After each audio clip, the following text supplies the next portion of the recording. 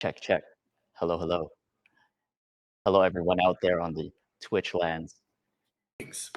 Thank you for joining us today. It is a beautiful Thursday, June 8th here in Western Canada. I'm joined by two guests.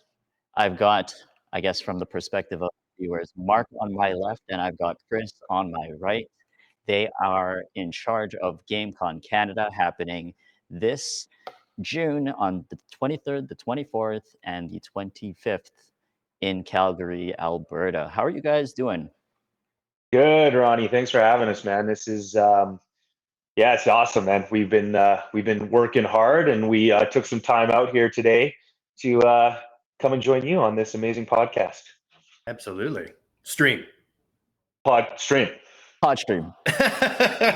Well, with the way that we're running this today, it's really an open-ended interview. We're just going to dive into some behind-the-scenes concepts, challenges, open up the floor to our live stream chat, and really just dig into the life that you two live running such a big convention, and really give viewers that inside behind the scenes look at what it takes to do something of this scale.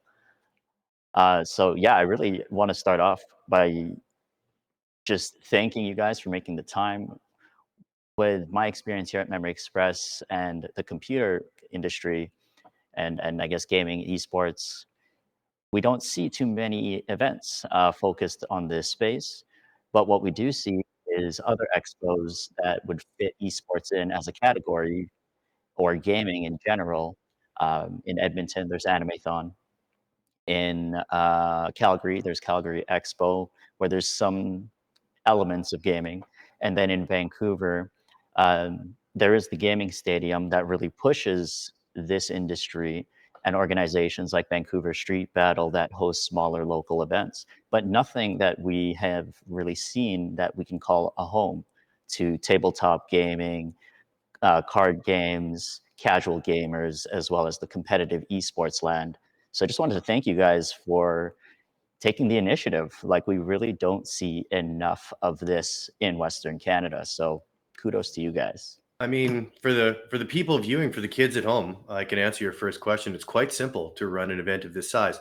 You just sacrifice everything in your life, and you never sleep, and then you just keep moving forward, right? I mean, that's all you can do. And it's been two. Just so everyone knows, this show is 2 years in the making. That's something we're really proud of. Like 2 years of getting all these companies, all the steps, all the activities, all the games, in place so that this can be a super fun 3-day event. And like you said, to your point, Ronnie, those other cons you mentioned are fantastic. I've gone to them. But this is 100% gaming. Like that's what there is to do here, and it's something that Chris and I have been dreaming of for a long time. Being an events company, and to be able to bring that to people and just to have fun and play games for 3 days, whether you're esport competitive or you just want to check out the games that are coming to GameCon Canada from around the world. We're super stoked to see this thing get set up and come to life. And it's only 14 days away, something like that. Pretty much. It's coming around. Yeah, that's really cool. Yeah, 100%. It's totally fun. Like, everyone is looking at this as it's an entertainment outlet, it's gaming, it's family friendly, and I recognize that. But what I really would love to hear is what you touched on, Mark, is it was your life for the last 2 years. And that's something not a lot of people realize, because people like myself, who are avid gamers, fans of the esports space, we see the fun and game side.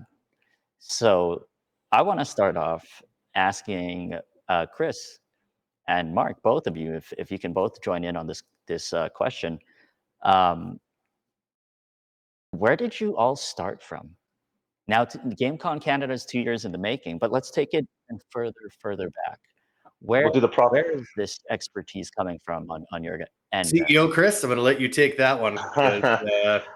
So, you know what? Let's start with this. So, hello, everybody out there that's watching. My name is Chris Meyer. I'm the CEO for Maybell Consulting.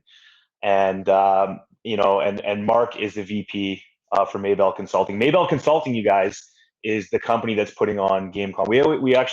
We like to talk about this. I like to put this in terms of liquor because we also own one of the largest hospitality trade events in Alberta, the Alberta Food and Beverage Expo. It's our shows are a lot like that. People recognize some of the names of our shows, but they don't realize the company behind it. So it might be a lot like a Captain Morgan's, but you don't realize the company that's doing it, but you recognize the brand.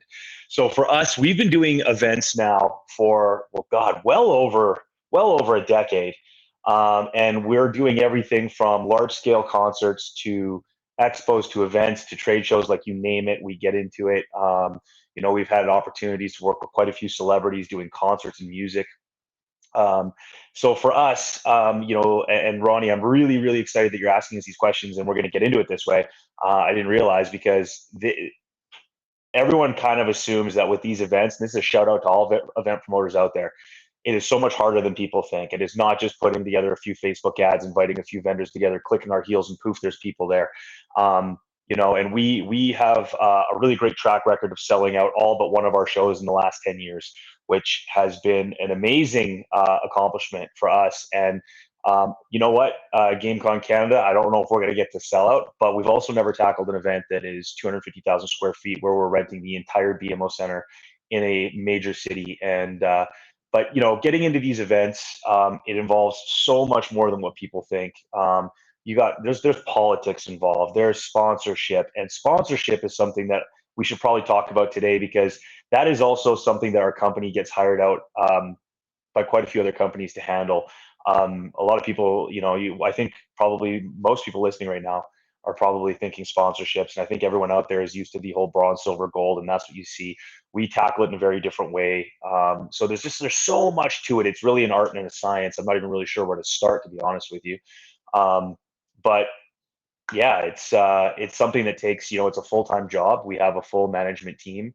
And we literally, like when Mark said, the last 2 years of our lives, I think for the last 6 months at least, Mark and myself have done, 16, 18-hour days to pull this off. And then we have so many partners and sponsors involved that are also working hard to make this happen. It's not just the two of us. Absolutely. Right? It's all these sponsors and all these vendors that are coming in and seeing the vision that we're trying to create for Calgary.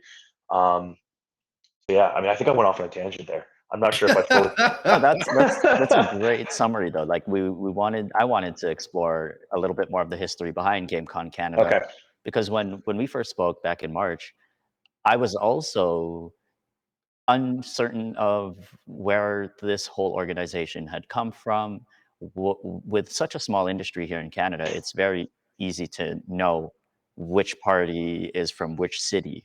And when a new organization pops up out of nowhere and has large ambitions, you're going to get a lot of curious eyes, and I was one of them.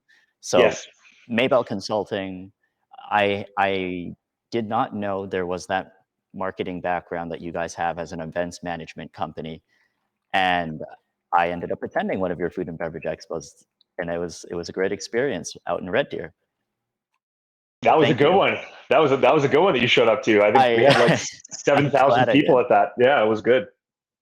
So, yeah. Talking about that food and beverage expo, that is a single day, and how many hours was it? 6 hours, one day, 7,000 people, and an absolute riot. A great time. Everyone has fun. We've been doing the food and bev expos now for just over a decade. Actually, I think this was exactly a decade. If we're not going to count COVID, we'll say the C word. We're not counting COVID. This would have been our 10th year. So you got to kind of knock 2 years out of there, because there's 2 years where we didn't do anything. But at all. yeah. So it was it was good. It was a good one. I'm glad you picked that one to come to. They were all great though. I really want to ask a sensitive question. Feel free to stop me if it's inappropriate. Sure. You mentioned that C word. So in the 2 years that we were in a state of lockdown and a state of fear with that pandemic, your industry as an events company was probably hit one of the hardest by the bylaws, the concerns with COVID, and just general health, just general fear around COVID. How did you manage to keep Maybell Consulting alive? That's a great question, Ronnie. So we go back to that sponsorship thing I was talking about a minute ago. So beyond doing events, our company gets hired out to help retrain sales and marketing teams. We get in. So we actually got contracted out by the Dome in Red Deer to help them with working on some of their sponsorships. And if you guys don't know the Dome in Red Deer, it's owned by Noah Welch. You got Jim Frederickson there, who's like one of the top 3 guys in Canada for strength and conditioning coach training. Amazing people there doing stuff for youth athletes, and so we got to help with that. And then the golf stadium, actually, the golf stadium was one of our big projects during COVID. So for anyone who hasn't actually been out to Sylvan Lake, which is just west of Red Deer, we helped them get their AAA ballpark off the ground, and we sold 100% of all of their sponsorships. We designed their kitchens, we put their food menus together, trained their hospitality management team, and that actually kept the lights on, thank goodness, because to your point, Ronnie, looking pretty dark times there for a bit. Yeah, like, I mean, I'm not trying to take away from any other businesses, but event businesses, we were the very first to get shut down, and we were the very last that we were told to get started. So, restaurants were just before us, and then after, and then, right? So, it's interesting though, because here's the thing about that. So we're talking about the pandemic. We lose all our shows, and like Chris said, we were able to come up with some contracts, and it was great, and we did a great job, and I enjoyed working with both of those facilities. Wonderful. But without COVID, with the amount of work and how the growth of what the Alberta Food and Beverage Expo always is, because we're going to be branching out in Saskatchewan soon. I don't know if we would have sat down and said, okay, the shows are all gone. What's the next show we should do? And then that kind of became the topic, right? Because Chris and I are gamers, period. It's like we always talk about what games we're playing, whether that's tabletop games or video games. I'm a total VR nut. I've played 200 plus VR games, and we'd always talk about this, right? And then it was like, wait a minute, is anyone doing like a super large scale gaming event in Canada that's like a B2C focus, like the spectral of a game? And we did research for it must have been a month each, and we couldn't come up with it. A lot of B2B stuff. And don't get me wrong, the B2B events that happen in Canada for the gaming industry are fantastic. But to have like a driven, gaming conference, the closest you can go is PAX West in Seattle. And then after that, you're going to Philadelphia, you're going to Boston, you're going to Australia, you're going to Germany. Like, these are not anywhere in the Regency of something easy to go to. So, I mean, without those dark times, I don't know if it would ever happen. So I'm glad that, we got to take that time and go, I wonder if we can find some corporate partners to get this off the ground. And now here we are. It's true. We, over at Memory Express, we do what we can to be part of the communities that we serve. We've got stores across Canada now, with new stores opening up even further east of Ontario. But when it comes to these types of larger scale events, they're mostly in Ontario. And even with that said, they're not really just focused on gaming. They're usually an add-on, or they piggyback off another conference or expo, whatever it might be.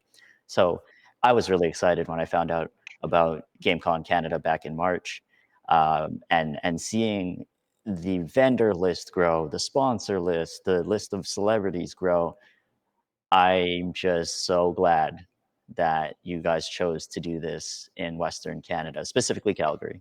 I'm gonna throw something in there. I'm a Calgarian, so this is home for me. Our office is not here right now. It's in Lethbridge. We're bringing it back to Calgary in a few months because we've exploded. Our business is getting bigger, and I think we just need to be back in Calgary, not just for GameCon, but for other events that we're doing.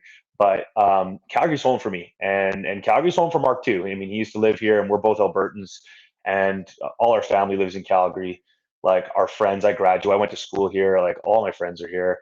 All my friends are in Winnipeg, but I'm just saying I just want to put that out there. I got 5 best friends that live in Winnipeg. I was born in Edmonton, raised in Winnipeg, but I love Calgary. Don't get me wrong. It's home now. His parents live here, right? So anyways, okay, guys, forget about Mark. I'm a Calgarian. He's a Calgarian. Go Flames, go. But no, I mean, I love that we could do something in Calgary. We actually get asked that question a lot, Ronnie. We've had quite a few big companies actually reach out to us. This has been one of the big things, is why did you guys choose Calgary? Why didn't you choose Vancouver? Why didn't you choose Montreal? Why didn't you choose Toronto? And the answer for us was really simple. We figured we would have the most support where we live in our hometown. We have a lot of our big connections and resources. Our business has been growing rapidly, as I said. Like we're very excited and thankful for the direction it's been going, but a lot of our connections are here. So, you know, the way we were able to pull this off was to be reaching out to some of our major corporate clients and some of the people that we've been building relationships with over for the past decade, that know our work, that are willing to take a step with us to tackle something as big as GameCon Canada, taking up all of the square footage at the BMO Center.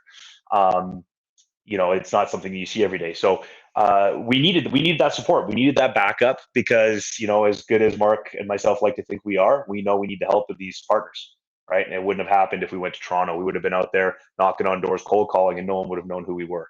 So We've that's a got big reason. we've got a fun question from a person in chat that I just saw called Sloppy. I'm going to say Shots. Is probably the name. Sloppy Shots. So this is a good one. So they're asking us if we take care of our social media for our events.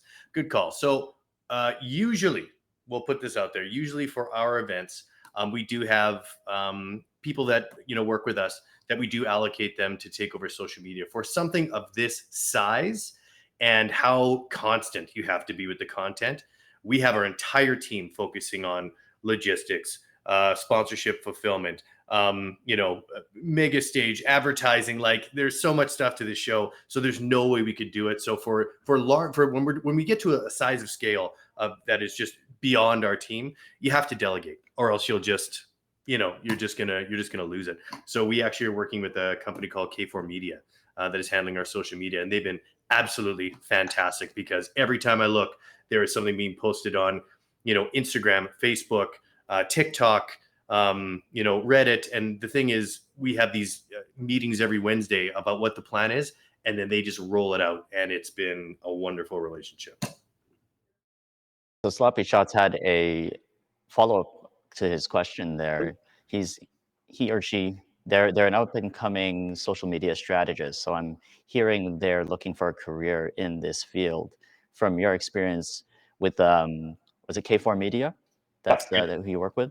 So your experience with Maybell Consulting, GameCon Canada, the Food and Beverage Expo, and everyone you work with, do you have any advice for Sloppy Shots?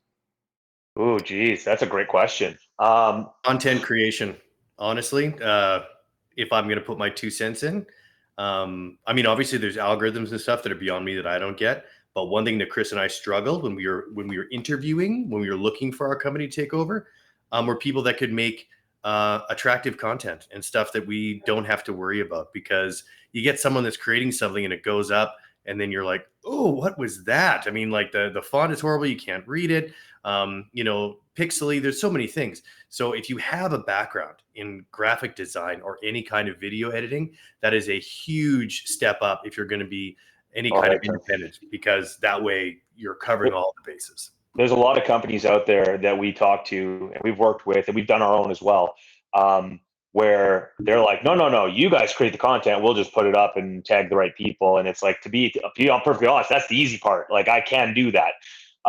It's just time consuming. So yeah, to Mark's point, I think that's probably, make sure that you have that content creation, and then make sure that you've got a really good bead on all the changing formats. I mean, it feels like Facebook, and they're changing their criteria like every other week.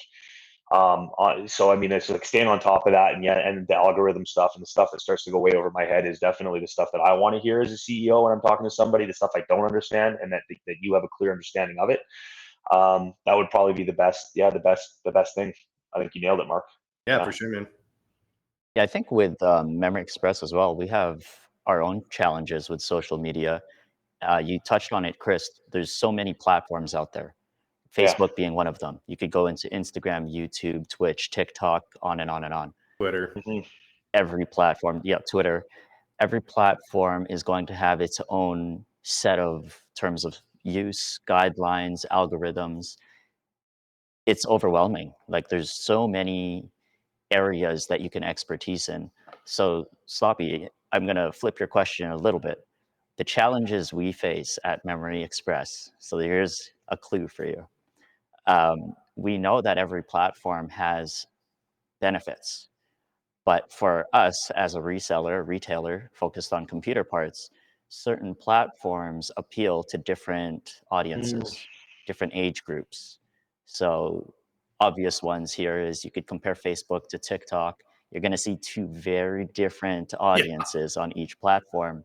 So, being a social media strategist means you can discern what platform makes the most sense for which companies.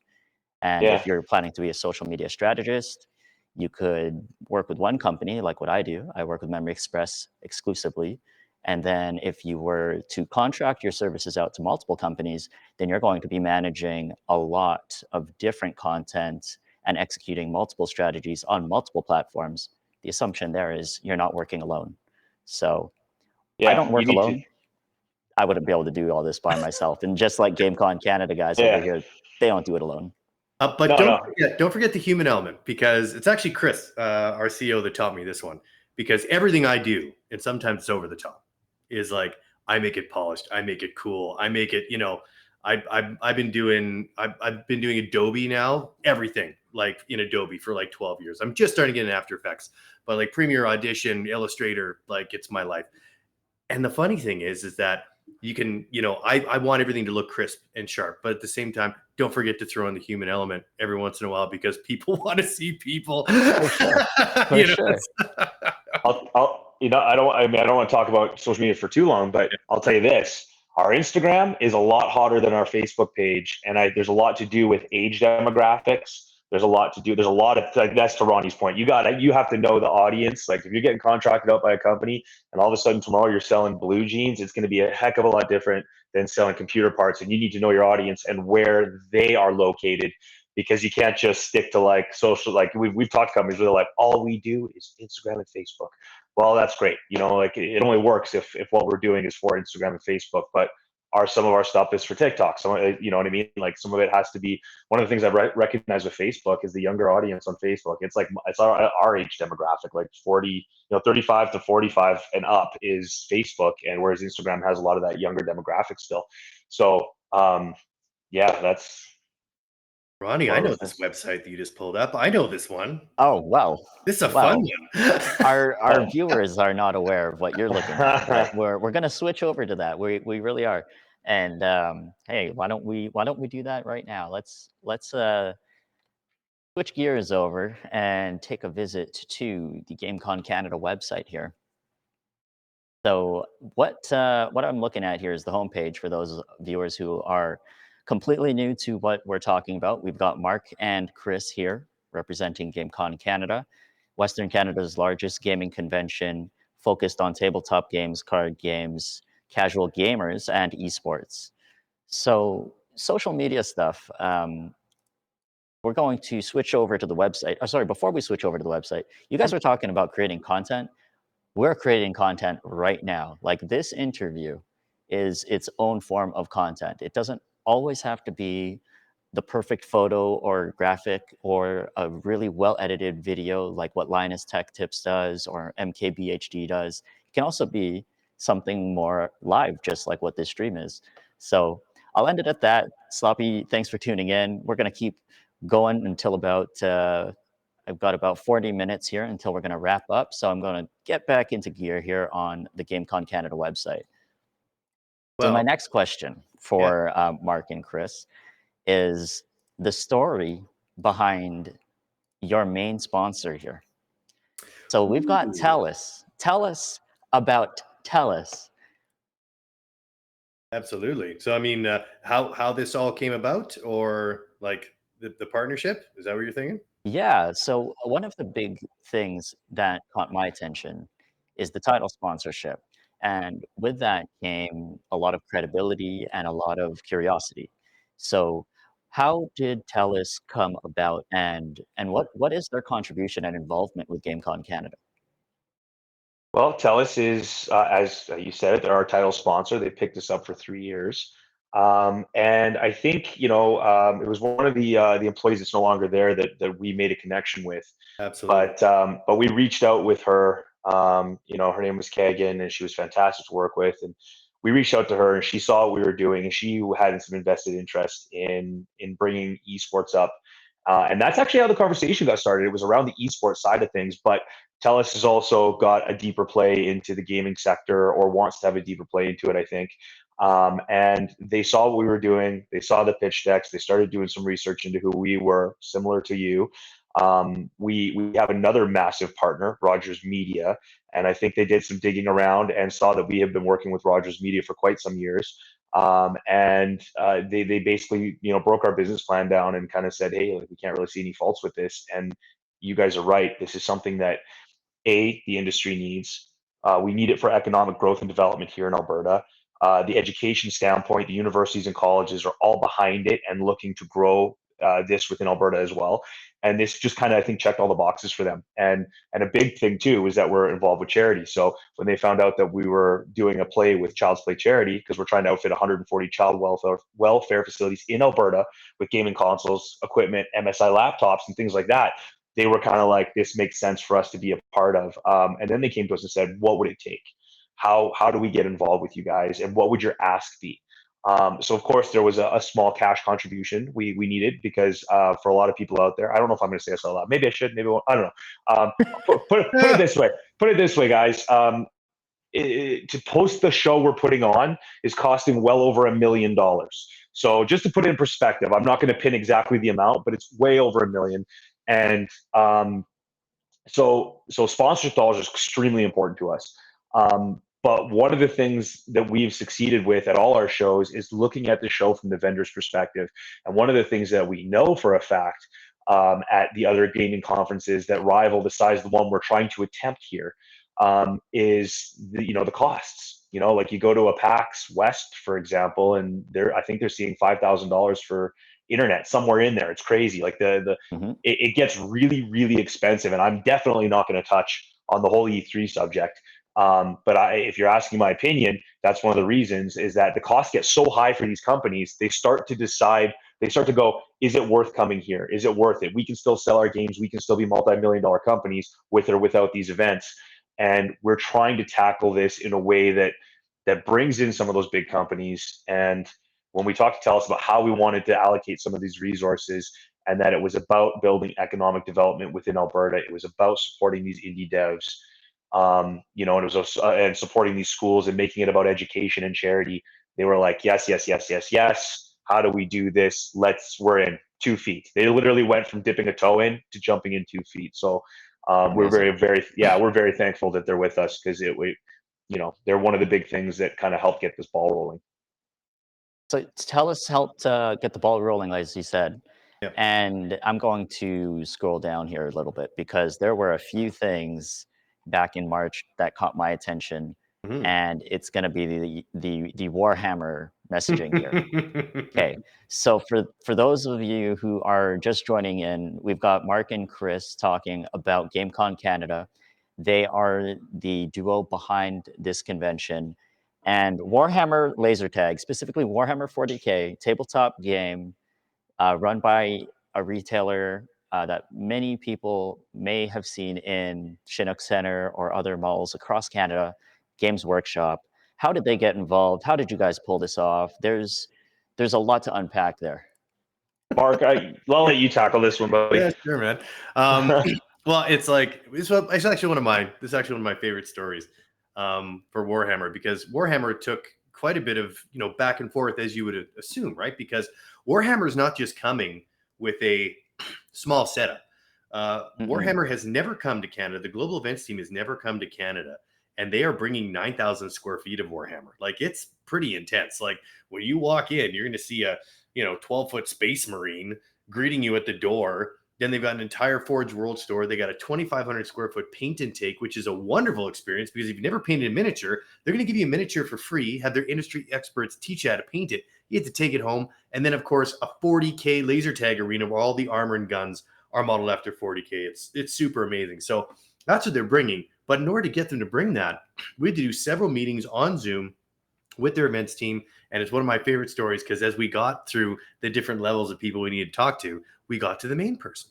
And we like to pride ourselves on, we're very good at boardrooms, pitch decks, kind of drawing a picture, especially on a first year show, because all you can do is use your graphics and your production to explain what this thing could be, because you have no footage of what it is. Help fill their imagination for Exactly. something that doesn't exist at this time. Yeah. Exactly. So we're great at that. So I did it like 3 times. So we were ready. Here's the big guy. I'm ready to press play. I'm like, he's like, you have 30 seconds. Chris and I look at each other. 30 seconds. Give me the pitch, guys. Okay, we're just like, all right, GameCon Canada, powered by Telus, the largest gaming company. Like, we just went off. Like, we went to the charity aspect, our marketing, the fact nothing like this happened in Canada. I think we went for like 45 seconds, but he was like, and he was just poker face, and then he's like, okay, we're good.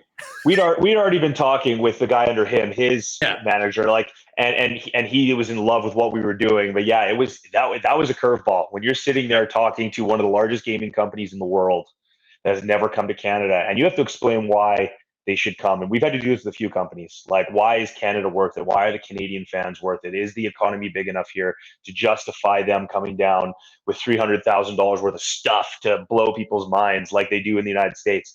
Yeah, and then all of a sudden he's like, "You got 30 seconds, like go." And it was what? I actually thought we were screwed. I thought this isn't PG, is it? I thought we were totally screwed. I was like, "There's no way. There's too many moving parts. We got too much. We can talk for 5 minutes just about the charity, let alone the other 50 things we're doing." Mm-hmm. Yeah. So yeah, it was that was an interesting one. But they pulled the trigger. They came in. They saw what we were doing. And Telus, then you get Warhammer, and then Catalyst comes on board, right? Mm-hmm. And they're another massive company. And then all of a sudden, then we get colleges and universities coming on board, and it starts to really snowball. And then some of our other partners, and like we've got Monster, and we've got so many different partners coming in. And I think it's just the market is ready, the fans deserve it, and but somebody had to rent the space and do it, because if we just would have rented one hall at the BMO Center, none of these big companies would have come. They weren't coming unless there was a large footprint, which is why we're so active doing these, and we're so thankful for this podcast and all the radio interviews we've been doing, because if we've literally pulled off, a lot of people have said you guys have pulled off the impossible, and without the fans getting there, this doesn't happen year 2. The fans get there, we have this show, we will be rivaling PAX year 2, and we will have the largest gaming conference in Canada, and away we go. And then this gets bigger and better as the years go on. So, but fun geeky fact, because I have to throw this in, because Chris did mention Catalyst Games. Catalyst Games wanted to put a footprint on the tabletop section. Oh, yes, they did. So they were just like, they can't bring the space bigger than, Warhammer, because they're the sponsor. So this is what they did. They're bringing a 30-foot mech that will be at the entrance of GameCon Canada, and all of us that are going have to walk underneath its feet to get into the door. So it's one of my favorite landmarks, because, like if you go to these gaming conferences, it's usually, where's the entrance? Oh, it's by the Hilton next to the Starbucks, blah, blah, blah. This is like, look for the 30-foot mech at the front door. I got a tape measure here, because I'm just going to just go, I got 6 feet and 30 feet. Okay. Yeah, that's it basically stands the height of the building. It's gonna be awesome. I can't wait to see it. I've seen renderings, but I can't wait to see it, there. Photo op. Big photo op. For sure. Absolutely. So you guys tackled some pretty big challenges, and you got support from the Warhammer team. Where are they based out of, by the way? They're not in Canada, so where are they coming from? UK. Yeah, that's where Games Workshop is based out of, and their global events team is activating from there. So it's pretty cool. Yeah, amazing. Like I don't think is this so when you had your meeting with the Games Workshop, I guess owner or executives. Yeah, executives. With what I would be wondering if I was in their position is, when I think of Canada, I think of Toronto and I think of Vancouver. Was this 100%. ever part of the conversation? Every conversation, Ronnie, everybody, everybody big of note was like, we'll talk to you, but why are you not doing this in Vancouver? And why are you not doing this or in Toronto? And we get asked all the time, right? And it's, I mean, that's been one of our battles since the beginning. So how did you overcome that? We just with the Games Workshop team specifically, because I'm sure that was part of the conversation. You know what? It was the same conversation we had with you. We laid out our history, and we laid out the success of the events that we've been working on, made sure to highlight what we've done historically so that they understood that we weren't just two guys going, "Hey, let's put a gaming convention together." And no, it's like we've been doing large scale events forever. It just so happens that out of all the events we own and all the events we get contracted to do, this one is also, a labor of love on top of, you know what I mean?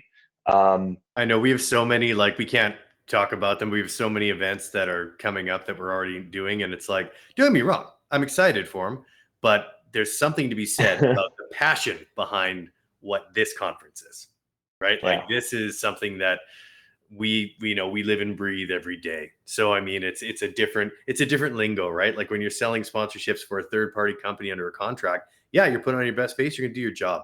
But there's something different about, if you really like, if I'm playing games all the time with my friends and my families, it's like I want people to come and enjoy the spectacle of a gaming conference and just get their minds blown by what it is, Oh, right? my kids will ask me all the time, like, "What do you do, Dad? Explain your job. Explain." And it's hard to explain what we do because what we do is so like it's not like really like we just do marketing or we just do sales. Like when you're doing events, you're doing a multitude of things.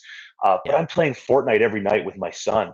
So when we talk about GameCon Canada, I mean, he is in it and he is like tuned in and he understands what I'm talking about and he gets as excited as I get about it. So that's one of the cool I'm things. so jealous. My daughter's 4 and she's just learning how to play Luigi's Mansion. So watching her Yeah. walk around with a flashlight, I mean, I'm supportive. I love it, but it's not quite the same bonding experience. Go left, honey. No, left. No, okay. No, go. Give it a few years. Give it a few years. You'll be okay. Yeah. So we've got okay, I'm jumping ahead here. We're gonna get back to some of these celebrity guests, but I'm gonna just scroll through here. I wanted to ask you a little bit about the difference between a sponsor and a partner. So often you'll see events that say, "Here's a section of the event with a partner," and then another section where it's sponsors. Is this something that you differentiate for GameCon Canada, or have you just kind of gone away with differentiating the two? Okay, so that it's kind of a loaded question. So it really depends on who you're talking to and what event company. I think if you're going to get right down to like what is a sponsor and what is a partner, and we're going to go to like the dictionary of it and like what the actual meaning is. I think To most you companies, guys, what is it for you well, for your organization? and see, that's where we really differ. I would turn around and ask you as a potential sponsor. I'm going to come to you and be like, "Do you want us to call you a partner? Do you want us to call you a sponsor? What does it mean to you?" So we're actually always going. We turn things around, Mhm. and we go. We kind of reverse. We do this thing in reverse because everything we do from sponsorship perspective is first looked at from the people we're talking to. We don't just do the bronze, silver, gold, and see who wants them and have generic, perks that may or may not create ROI. We literally, like, for example, we'll talk to, oh yeah, you got the sponsors up. So we'll talk to somebody like Monster. Let's just talk about Monster, for example. And, we try to look at it as if we are Monster. And if I was Monster and you were coming to me to ask, like, hey, we want you to get involved, I would be thinking about it from Monster's perspective. Like, where's the ROI going to come from? What kind of exposure am I looking for? Every company is different. And then we hand tailor those sponsorships. So that most of them are unique and independent. There's no two sponsors on there that are exactly the same. Everyone has their own perks, everyone has their own benefits, and a lot of them have their own terminology based on what that sponsor is looking and how they want to be seen when at our event, right? For me, I would say a partner is more of somebody who is long term, who is getting involved, who is committing in more than just financially, like at a monetary level. That they're coming in with assets, they're coming in with being a part of the meetings and being a part of the building of this. And we have a handful of partners. I would say in this, but I Yep. think if you were to say partner out loud to the public, they would think they have some sort of stake in the company or Right, in the in the show to which traditional Yeah. in the sense, traditional yeah. sense to which they do not, right? Not from Correct. our perspective. So I mean, for us, we mostly keep them sponsors, but we try to make them unique and specialized and independently beneficial from the perspective of each sponsorship, which is how we're so successful at doing this. Um, we constantly get asked the question like, how did you get these big companies? How did you get these big sponsors? How did you, you know what I mean? And it's because we are really doing our research on every single person that we're talking to, and not just peppering them with a, here you go, bronze, silver, gold, take your pick. Yeah, yeah. Mm. On my end, I usually, because we do events as well, Memory Express has our own events from our Me Sports organization. And when I think partner, I usually see more back end strategic support. And then when I see sponsor, it Yeah. could be like those packages where there's an exchange financially, and that sponsor is going to show up as a vendor or as a sponsor, but their deliverables are kind of limited to what they want to accomplish. So that's just kind of the way I've differentiated partner from a sponsor. Is Yeah. partners might be a little bit more open-ended in the way that they support the Yeah. success of an event, and less focused on just the specifics of what that vendor agreement or sponsorship might traditionally provide. FYI, for everyone who's listening, Memory Express, we would consider them a partner. Master, Ah, awesome partner. thank Yeah, you. because you guys are heavily involved in a lot of this and have been a part of the strategizing of how we're going to execute some of this. Mark and myself are not experts in everything that we're doing. We are experts in a lot of things, but not in everything. And we have to reach out to people like Ronnie, and we have to let egos be put aside and get down to like, hey, these guys are better at this than we are. Let's elicit their help. I mean, Let's bring them in. fun fact for anyone listening, Ronnie tells me what to do most of the time. So, I mean, it's all good. I mean, They didn't listen because I'm the Red Bull from my fridge over here. Where's Hey, my you're allowed. monster? Where's my monster? That's your sponsor. We get it. It's fine. Cool. Damn it! I I hope no one from saw Monster's Monster watching. over here. Yeah, I hope no one from. Oh, wait a minute, Mark's got a monster. I'm going to throw this out there too. He's actually hunting for a monster. That's hilarious. I'm going to say this last thing. Let's wait till Mark gets back. Here he is. He's going to get the Let headphones me just on. remind you guys. I'm It's drinking a simply the Red Bull. best. Oh my Better than god. all the rest. Sorry, I just figured. Representing. I'll say this last thing about sponsorship too. There's big. I mean, for anyone who's, I don't know if anyone actually cares about this. Maybe some people do. Maybe some people don't. But for sponsorship too, there's three major parts of sponsorships, and this is what, if anyone's listening who does this kind of thing, start thinking about this stuff when you're building it. Yeah. You've got sponsorship acquisition. So that is getting Monster, that's getting Army Painter, that's getting, all the sponsors that you're seeing on our webpage. Then there's sponsorship fulfillment, and then there's sponsorship retention. Most people stop at acquisition, which is why you don't see a lot of sponsors re-sponsoring shows or, and so on and so forth. So when I say sponsorship acquisition, you guys know what that means. When I say sponsorship retention, or I mean fulfillment rather, that is fulfilling all the promises and all of the things to make sure the sponsor's happy. And then that retention side is keeping those relationships built and strong throughout the years. So leading into new shows in New Year's, you basically, you're not going in cold anymore. You've got the door open. You've been keeping them up to date on what's going on. You're keeping them warm and interested. And then you're also using it as fact finding. You're able to understand more. If you listen, they will generally, most sponsors will tell you what they're looking for without even realizing it, so that when you're building these sponsorship packages again for next year, you can hit on all the things that they need to say yes to the next sponsorship. Anyway, so I'll stop talking about that. I think it's a great topic. A lot of what is done in the event space is funded by sponsors, and it's obviously ticket sales. There's definitely revenue there to help cover operational costs, but your sponsorships, at least in the esports world, is more than 50% of the entire industry's revenue. And that's coming from the esports, global esports, not Canadian esports. So obviously, for something like GameCon Canada, sponsorship funds help turn this into a reality for all the fans who deserve a GameCon Canada in their backyard. You call it esports, but I like to call it me sports. That's my favorite. That's my favorite terminology for it. If I'm speaking. All right, I'm gonna put the Red Bull aside. We can make up. It wasn't shameless plug hour. Okay, sorry, I just figured out. So we've covered a few interesting things. We absolutely absolute shout outs to the big sponsors, TELUS helping out. We've got MSI as well with their support for free to play area. 50 PC free play area. It's awesome, and it's open till midnight on Friday and Saturday. They were amazing. And then, of course, Nuts. as you're looking at these esports that they're doing, so they're doing Valorant on Friday, Fortnite on Saturday, and Fall Guys on Sunday. And it's completely free. That's the nice thing about the tournaments in GameCon Canada, too. It's included, most of them. Like, I would say 95% of them are included within the price of your ticket.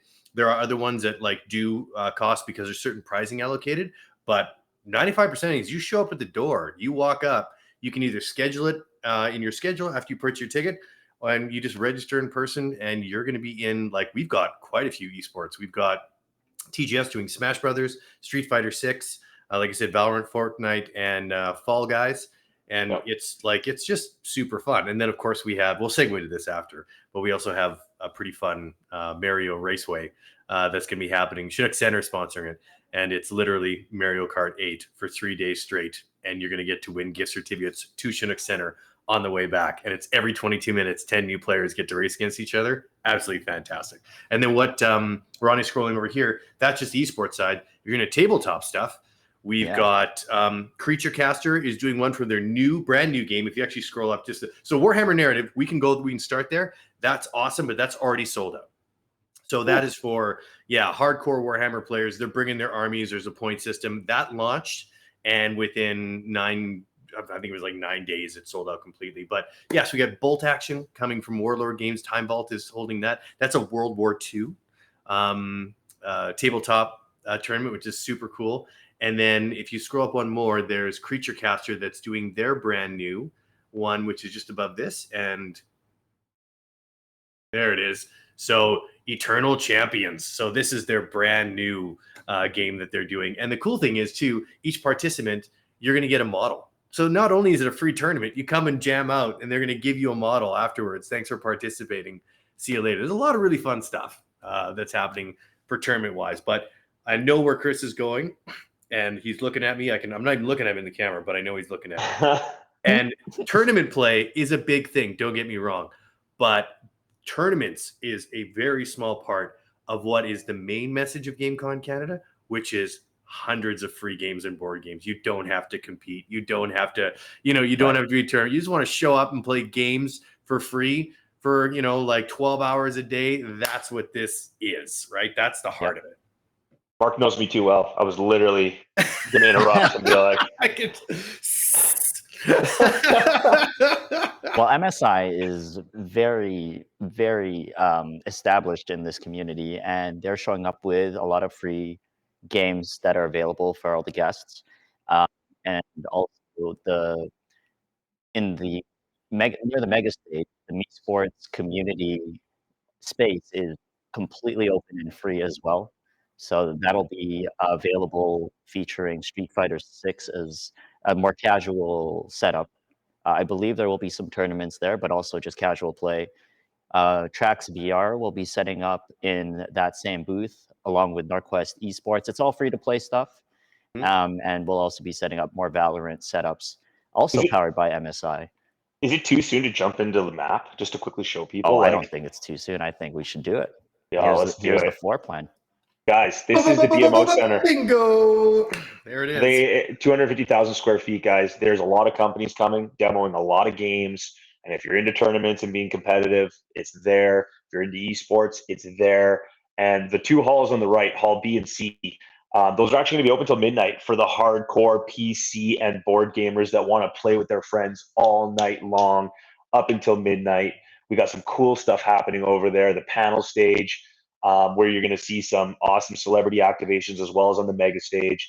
But this is what's going on, guys. It is the entire BMO Center. It is not one hall, not two. It is all of them. We've even got the Palomino room. That's in purple. That's where the Warhammer laser tag arena is coming. That has never been in Canada ever. All the gear fashioned after Warhammer 40K. So for all you Warhammer nuts out there, it's like a Warhammer dream come true.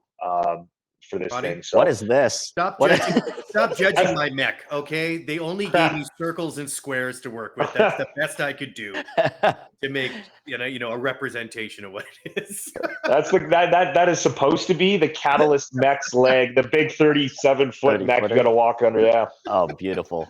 Right. So at the entrance.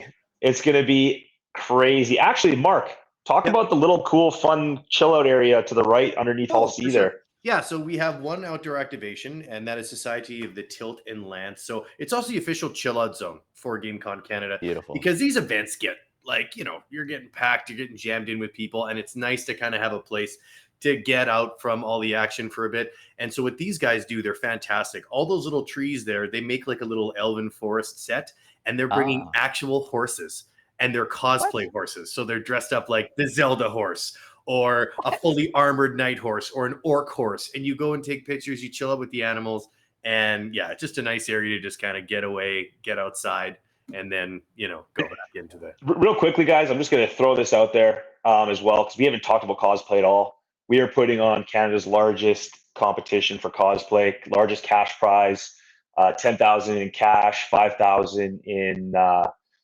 prizing, and we've got 3 celebrity judges coming. One who we love to death from Calgary, Gladsey. Yep. She's a Calgarian. She's awesome. She's coming as one of our judges. And then we've got Axel cosplay. And then we actually got Kimpatsu cosplay as well. So Kimpatsu, who just, by the way, won Cosplayer of the Year at the Global Awards in Las Vegas. So we got like the number Yep. one cosplayer in the world coming to judge this. And then we've got free stuff for kids. We got 5 high schools competing with their own cash prize to really support those schools and support these kids getting into All cosplay. cosplay. Like All everything that cosplay, you're. man. Wow. That is the only crossover here with Calgary Expo. We get that a lot too. Is this like Calgary Expo? No, this is definitely not like Calgary Expo. This is immersive. This is hands-on. This is tons of free things to do once you get in the door. Are there things to buy? Yes, there are. There are cool things you can spend some money on, but it's immersive and interactive. We don't want people to have to come in and spend 45 at the door and then have to spend $400 when they get in there in order to come away with anything. You can literally spend all day in our con paying your cover charge to get in and then spending all day playing games and having fun. But cosplay, man, cosplay ties over. Like that is the crossover. If you're a gamer, you're also a cosplayer usually, or you have friends that are. And so that would be the only thing where this is going to be like Calgary Expo, in the fact that all the cosplayers are coming out for this, and we're huge fans of cosplay. We wanted to do something for the cosplayers, because one of the things that we have seen at a lot of the conventions we've been to that involve heavy on cosplay is there's nothing really for the cosplayers. They're not doing anything for these guys. And these cosplayers are putting in like thousands of dollars, thousands of hours, blood, sweat, and tears into building these costumes. I mean, we see Calgary Expo, they have a parade where these guys, no one's paying those guys to do that. They're coming out for the love of it. So we wanted to do Awesome. something that really gave back to them and showed them that we appreciate what they do and that we love what they do and want us, something back. Yeah, absolutely. And I will say, now that we're going around the maps too, and what Chris is talking about, an immersive experience. The cool thing about this too is that we've got so many cool companies coming that the variety of gaming is nuts. Like, there's tabletop, there's miniatures, there's board games, but in this section here that Ronnie's in, we've got virtual reality, we've got augmented reality, we've got pixel art, we've got cooperative dungeon crawler 4-player at the same time Sims, we've got RC racing, like you're racing actual physical RC cars from PM Hobbycraft that are like you're racing around a mountain range that they've made that's like 1,000 square feet. Like it's Where is that on the map? PM Hobbycraft. It's right at the entrance. And here's a cool thing, Ronnie. If you go to see the search bar up on the top left. Oh, yep, Here's something that are. So just go to PM Hobbycraft. PM Hobbycraft. And then hit that. Pow! And it goes right in. So the digital map is super interactive that way. But yeah, that is where that's being located. Right above that is Mobile Escape. They actually have an escape room they're bringing, along with the locked room. They're bringing a physical escape room. So like, it's games, man. Like so many games. And put this into perspective, how big is this space, this PM Hobbycraft space? That is going to be that's 1,000 square feet. About 1,000 square. Okay. Yeah. That is a big space in a much bigger convention hall. Yes. Got it. Yeah, a lot of big activations. And the celebrities, guys. We got lots of celebrities coming. Let's talk about the celebrities. I got sidetracked here with all the amazing things going on. Probably easiest, Ronnie, if you go to special guests, because that shows everyone. If you go to the top. Oh, on the top. Okay, top menu, and just go to special guests. And then that will give you all. There you go. Starting with Deborah Ann Wool. Yeah. Okay. Yes. I mean, I don't know if you don't recognize her. I feel like you need to get out from under a rock. She's in Daredevil. She's in Punisher. I think she's filming a Marvel movie right now. She She was was in Karen True Page Blood. in Daredevil. Yeah, That's Hey, right. big fan The of that show. lawyer. Yes, and Critical she's Role. amazing. Also huge, right, for the tabletop fans. But yeah, here's one thing I want to point out right now is that this is fun. So if you look at Deborah Ann Wool at GCC, autograph signing, sure, everyone does that. Photograph signing, sure. And then there's, she's part of a RPG Gloomhaven gameplay on the mega stage. She's part of a Dice Throne gameplay on Sunday on the mega stage. She's in Celebrity Mario Kart. Like that's what I love about our our celebrities. They're not just doing your typical show up at the pipe and drape, take a picture, take a selfie, sign an autograph, see you later. You might get to see them speak on a panel later. Like they're having fun and they're playing games, and I love that. We are fans, and we built this show as fans. Was fan first for us all the way. As fans, what would we want to see if we had our wish list? And that was one of the big things for us. I want to like expand on that. I mentioned earlier I went to your food and beverage expo back in April, and when I stepped in there, I felt the energy wasn't here to just sell tickets.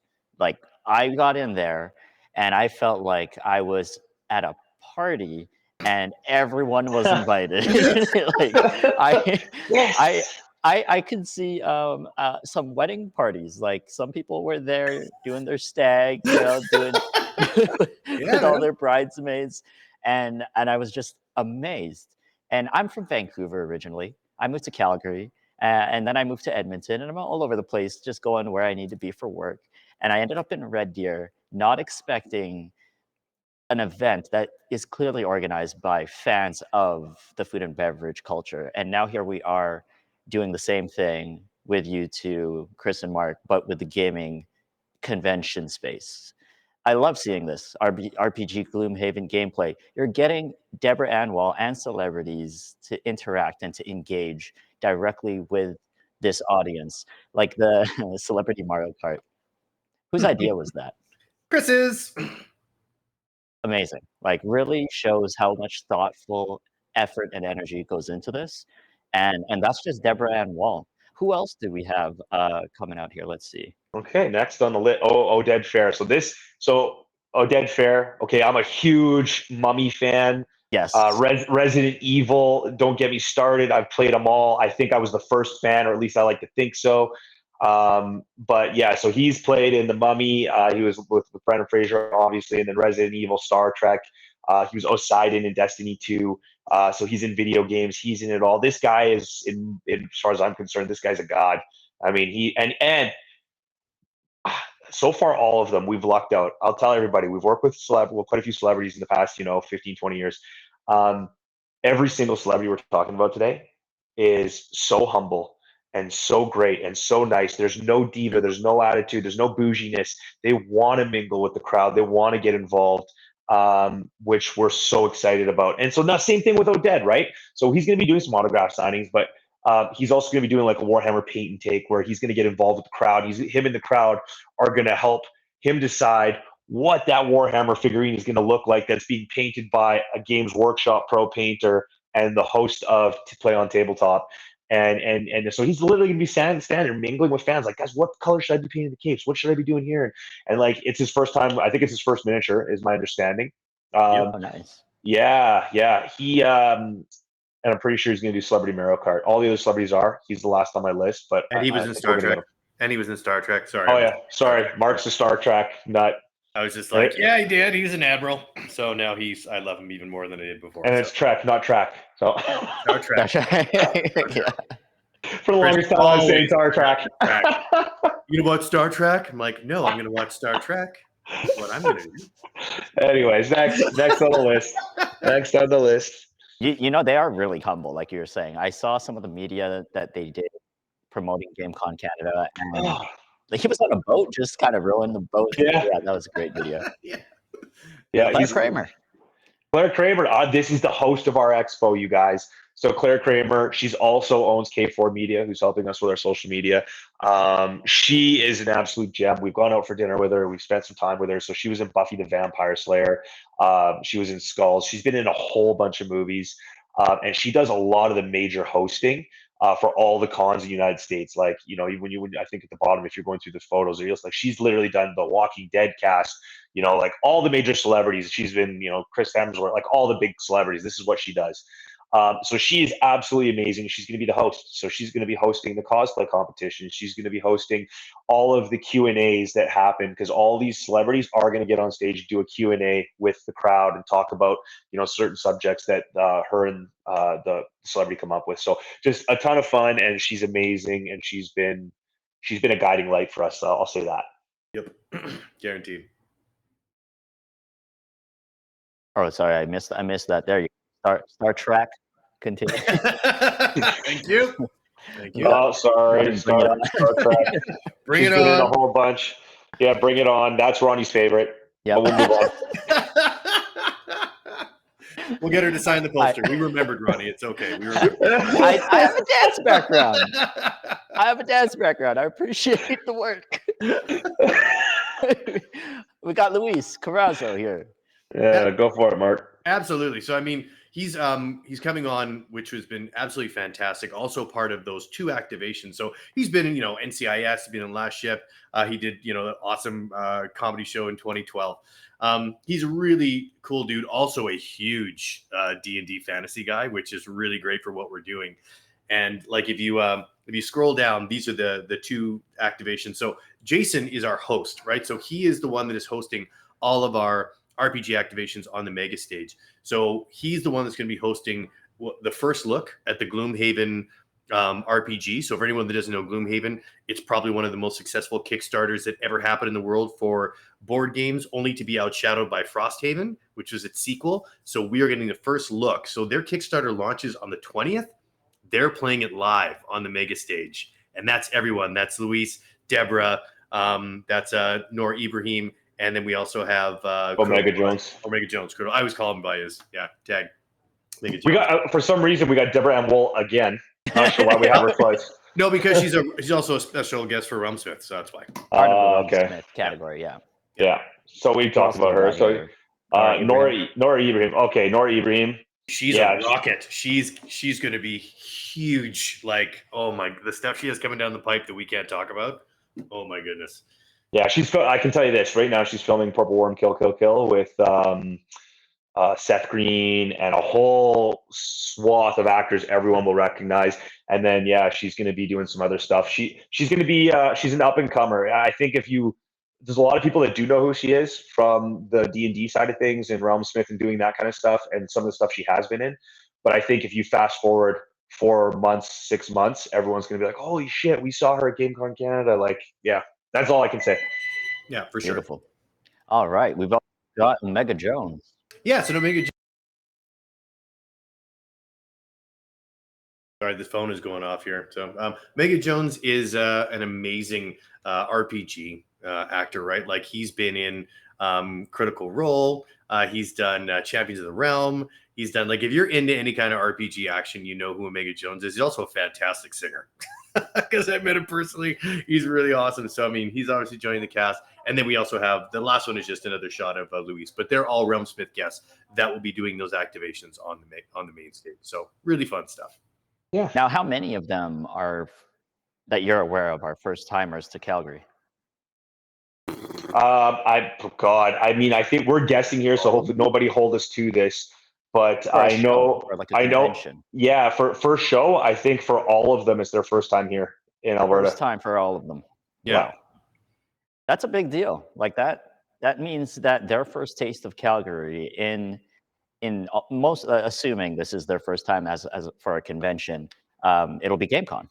That'll be their first experience, and bringing them to Canada, specifically Calgary, Alberta, that is a big deal. Like, that's going to do a lot for the economy and for this event and for future events, which brings me to my next question. 2023, obviously, we're very excited to see everything coming together at the end of this month. For those of you just tuning in, June 23rd, 24th, and 25th. We'll be having GameCon Canada at the BMO Center in Calgary. I want to talk about something that's an industry term, but I'm going to use it: economic impact. Mm. For our viewers, this is the key to growing an event, is the economic impact, which refers to all the moving parts around the event and how much business is generated indirectly and directly through conventions like GameCon. Events, Mark, Chris, that you take inspiration from. What are a few larger scale events that have been around for decades that we can refer to, that you take inspiration from? Ooh, that we take inspiration from, Mark. So Well, many. for me, it's so on the nose. For me, it's like, gotta say PAX, Penny Yeah. Arcade Expo, man. Like, yeah, We're like fans. going to one of those is it's kind of what we want GameCon Canada to to grow up to be, right? Because with them, I mean, they have all the players, right? So I mean, you go in there, you see Intel setups that are like 6,000 feet long. You see PlayStation setups that are like 15,000 feet of like monitors and people all playing, like Splatter Zone. Like it's absolutely insane. And so I mean, we've taken a lot from that show, and we've learned from that show, and from that show, like to Chris's point earlier, we learned how to get a step ahead for launching a new one, like getting TELUS as our title sponsor to commit free internet to all our vendors, because we knew that was a big thing, right? So it's like, so Huge. even though you're a fan and you take inspiration, you can also take some side steps from what you've seen, right? It's like, okay, well, if they're doing this, if we do this, then then at least we're setting ourselves up for even greater success as this thing grows. But yeah, I gotta say PAX. Yeah, PAX. I was gonna, that literally PAX was where I was thinking too. I'm not going to say the Attendance Calgary's. wise, do you guys know if we can put a number on what PAX attracts typically? Oh, PAX West? for a weekend? Yeah, for their events. There last year they saw about 125,000 people. Okay, 125,000 people. Yep. Huge event. The Stampede attracts more than 125,000 people throughout Yep. the Just whole a bit Stampede festivities. I believe it becomes a in the 2 week millions. long gigantic festival. Yeah. What is the economic impact of an event that attracts 125,000 people internationally and nationally? What impact does that have on the city? Oh, it's astronomical. So, well, let's put it this way. I can't tell you the economic impact for PAX with 125,000 people, but I can tell you what our economic impact is for what Yeah, our projected let's go attendance there. is. Yeah, Let's just jump into that. So, for our economic impact, if we hit the numbers, the low numbers that we've projected, press kit. um, Is that? you guys can check this out in our press kit. It's all there. Matter of fact, Oh yeah, the University of Calgary, who's a sponsor of our event, same with Northwest College and Lethbridge College, by the way, worth mentioning. But we actually reached out to the University of Calgary for help, because I can't give you an economic impact report because it's biased coming from me. People will say, "Oh, your numbers are skewed." So we had to reach out to University of Calgary to say, "Hey, listen, here is what we're projecting for our event. Here's how many vendors we have coming. Here's where they're coming from." By the way, worth noting, we have a ton of local vendors in our show, but we have a ton of international. Like we are officially an international event. More than 50% of our vendors are coming from the UK, Greece. We've got some coming from like I think China. Like they're coming from all over the place. US. yeah. So, Yep. but the economic impact report, they're saying Australia. our first year show, we can see as high as a $28 million economic impact for the city of Calgary and surrounding area. That's where it starts. We are projecting, if we're successful with our show this year, we're projecting to double or triple our numbers in year 2 than we do in year 1. So if we can make a $28 million economic impact with 30 to 40,000 people at our event, that means if we can get to like 100,000 people, I mean, it's just at that point, it's just simple math, right? So, Yeah. We're looking at close to 100 million at that point. Ronnie, can I ask you a favor? I know we're Yeah. getting to close to the end of our time, and there's a message we haven't talked about yet, and Yeah. I think it is super important because it's something that we do with every single event we do. So if you go to the About section, because it's the best way to show it, and go to Child's Play. Yes. Oh, our charity. So this is something that we are super proud of. So every ticket sold for GameCon Canada, a portion of that ticket is going towards a Child's Play charity. For a promotion that we got through Grizzly Paw, which we are doing, 10,000 cases of multiplayer pack beer distributed and 180,000 cases of craft soda. Each one of those cans, a portion is going to the Child's Play charity. Our Twitch charity streamers, which are just down the page here, they've been running a game night for the last 7 months and raising money for Child's Play charity, and will continue to do so live off the showroom floor in the mega stage. And it's a simple story and it's amazing. So we are outfitting child healthcare facilities all over Alberta with TVs, consoles, game-related equipment, and MSI stepped up huge. They gave us this amazing laptop that we will be providing these hospitals preloaded with games so kids have fun games to play while they're in recovery. And it's been an absolute wonderful partnership with them. And here's the cool thing. Year 1, it's Alberta, hyper-focused on Alberta. Year 2, growth plan, Western Canada. Year 3, this is going all across the nation. Mm-hmm. It's going to be provided all Canada-wide. So it's a really, really important message that we're very proud of. Yeah. So that's Child's Play, and that is the official charity for GameCon Canada? Correct. Yeah, they're our partner. That's one of our partners, not our sponsors. Yeah, so they're a charity partner. They're working with us on this. We reached out to them because we wanted to do something for all of we actually started with the thought of doing it for the children's hospitals, because we do a lot of work with children with different shows that we do. And when we started researching who specifically excels in that area, Child's Play charity is all over it. They're already supporting the Child's Hospital here in Calgary. And so we just reached out to them and said, hey guys, this is what we want to do. And they were like, yes, where do we sign? Let's do it. So really, the work that you guys are doing is serving such a large audience, not just gamers, right? Now we're impacting families and children in recovery. I've been to the hospital recovering from my own incidents, and every bit of care is memorable. It leaves an impact. So really great initiative here. Amazing work. Shout outs to MSI as well for supporting this whole Child's Play initiative. What I heard as well, I think it was you, Mark, you mentioned that this is going to expand beyond Alberta. Yes. So that's amazing. Good news all around. I'm really glad to hear it. You guys are just really hitting every opportunity, I feel, and it's coming together. I was at I think it was in the press kit here. Mm-hmm. Look at this floor plan. Okay. Yep. And then look at what it's become. Yep. Yep. Absolutely. You guys are doing great stuff. So expanding outside of Alberta, we're going to wrap up in about 5 minutes here, everyone. Feel free to throw in questions, comments, if you have any ideas that you want to share. You mentioned Alberta going Western Canada and then beyond over the next 2 to 3 years. Now, my question is, you chose Calgary. We touched on why.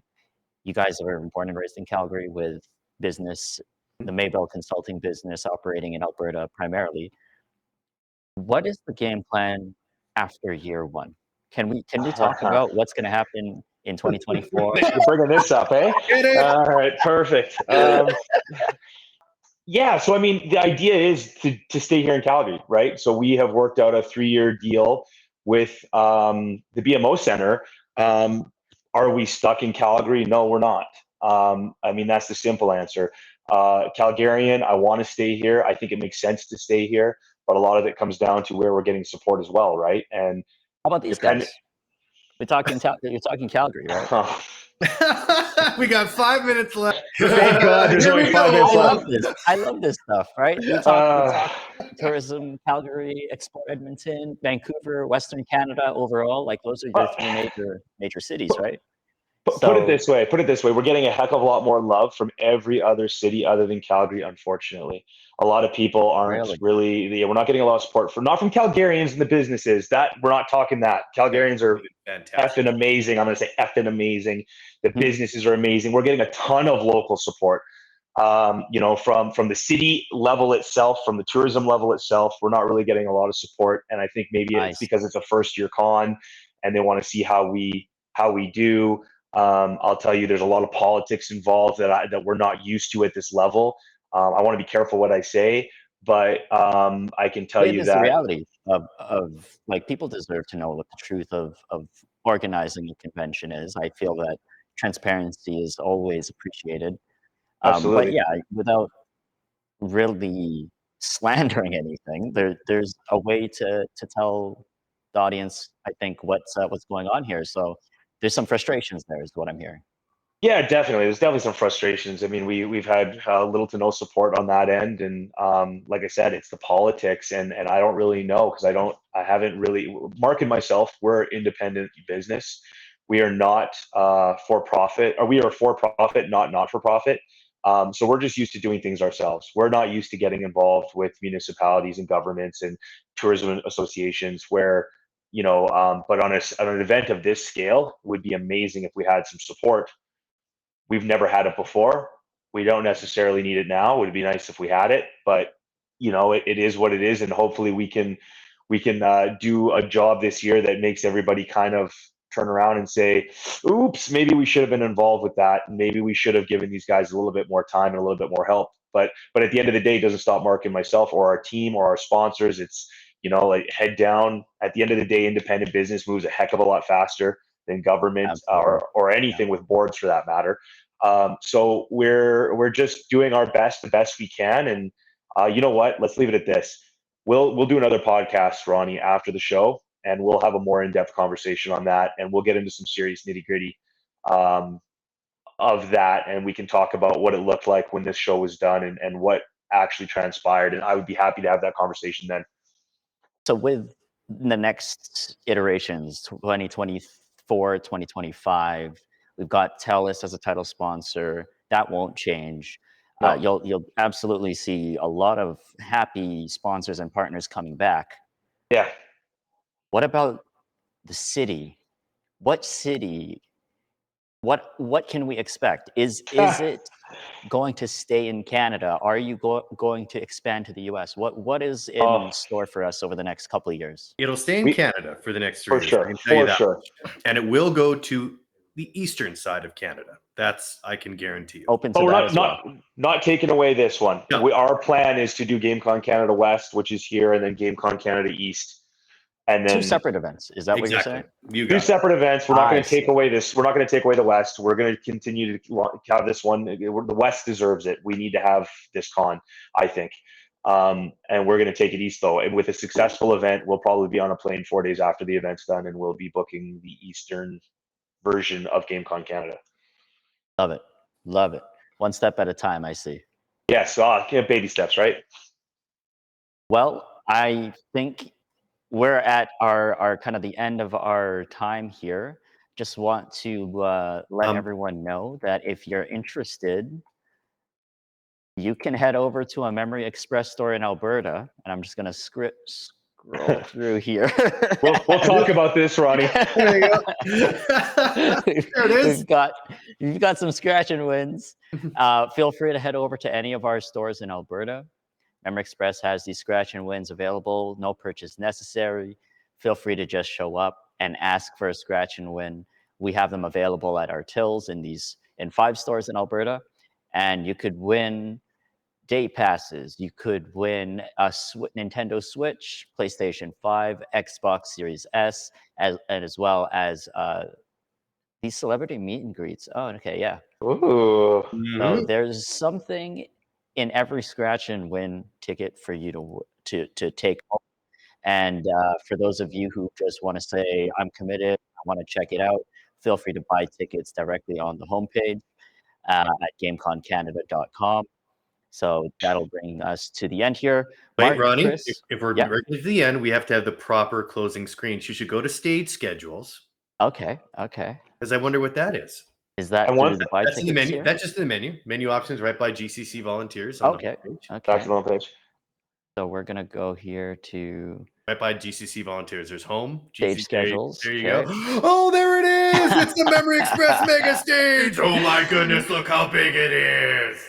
Did we Right. did we did we say how big it was, guys? It's 118 feet, 24-foot tall, 4K LED wall. It's insane. And guys, tell your friends, share it on Facebook, tell everybody. come on out. We've been working tirelessly for 2 years.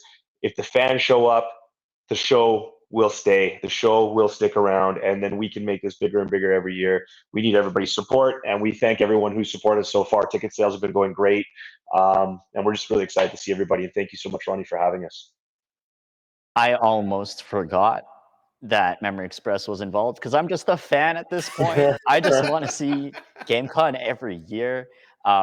Real quick, Chris, for scale here, right? We've got these giant halls, F, E, Yes. D, Hall B, Hall C. How big is this stage? This mega stage? 118 feet long, 24-foot tall, 4K LED wall. It is insane. Bima Visuals out of Calgary is doing it, which is a fantastic company, and they've actually told us that never in the history in Calgary has the BMO Center ever done a screen of this size, not even close. So this will be like also the first of its, from a wow factor point, I guess. Amazing opportunity for everyone involved. Memory Express is absolutely included in just taking this opportunity and being appreciative of what you guys have built here. Shout outs to Bima Visuals. We didn't even dive too deeply into that, but they are responsible for the mega stage and supporting the main event schedule here, which we'll see real quickly. Friday, we've got all these events. Feel free to check it out on stage schedules at gameconcanada.com. We've got Saturday's schedule here. We've got the Sunday schedule. Everything here based on that mega stage. But of course, there's also the panel stage, all the other activations. Thank you so much, Mark and Chris. Did you have any closing thoughts you wanted to end off with tonight? Just thank you so much for supporting. Thank you, Ronnie. Thank you, everybody. Mark wants to say, "Bring your A game," because that is Mark, the do that one more slogan. time. Can you do that one more time? What a slogan. It doesn't get Bring much your more A Canadian than that. game, right? Absolutely. Yeah, just get out there, buy tickets, come see us, come say hello, come support, come visit what everybody's doing. A lot of people doing a lot of hard work, not just Mark and myself. It's everyone involved in this show, including the vendors and sponsors. So, yeah, just thank you so much, and we're excited to see everybody there. Thanks for tuning in, everyone, and thank you, Mark and Chris, for joining us. Thanks for the open conversation. Let me pull out our talking points in our script here. Let me just pull that out here. You see that right here? Yeah, Yeah, completely that's improv. exactly it. Completely candid. So thank you so much for being open to this concept, Mark, Chris. Thank you again. Thanks, viewers. I'm Ronnie from Memory Express. We'll see you at Canada, June 23, 24, 25. See you later. Heck yeah, see ya. Whoa, monster. See you, everyone. Cheers.